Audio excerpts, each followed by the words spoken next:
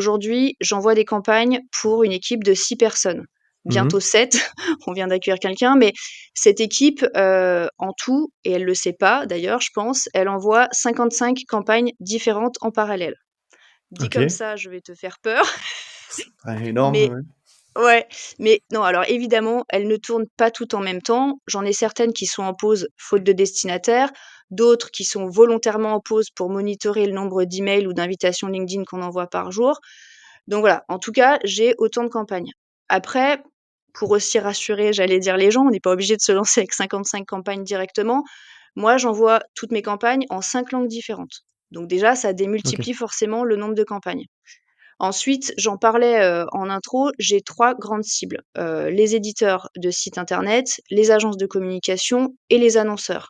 Donc du coup, ça me redémultiplie encore les campagnes.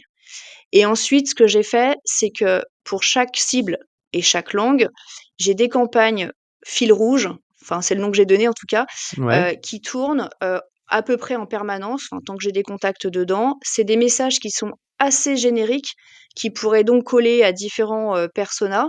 Et après, j'ai des campagnes, que j'ai appelées coup de poing, dont le message est beaucoup, plus ciblé.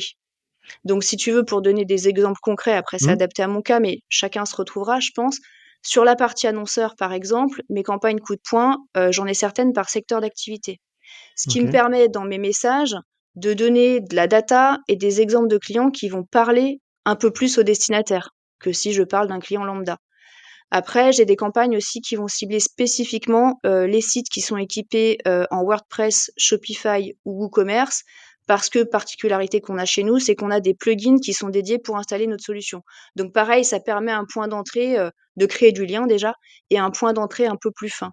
Et sur la partie éditeur, pour donner, d'autres exemples, c'est pareil, j'ai des campagnes, pour les sites qui ont des plugins et j'ai aussi des campagnes, pour les éditeurs qui utilisent des solutions concurrentes.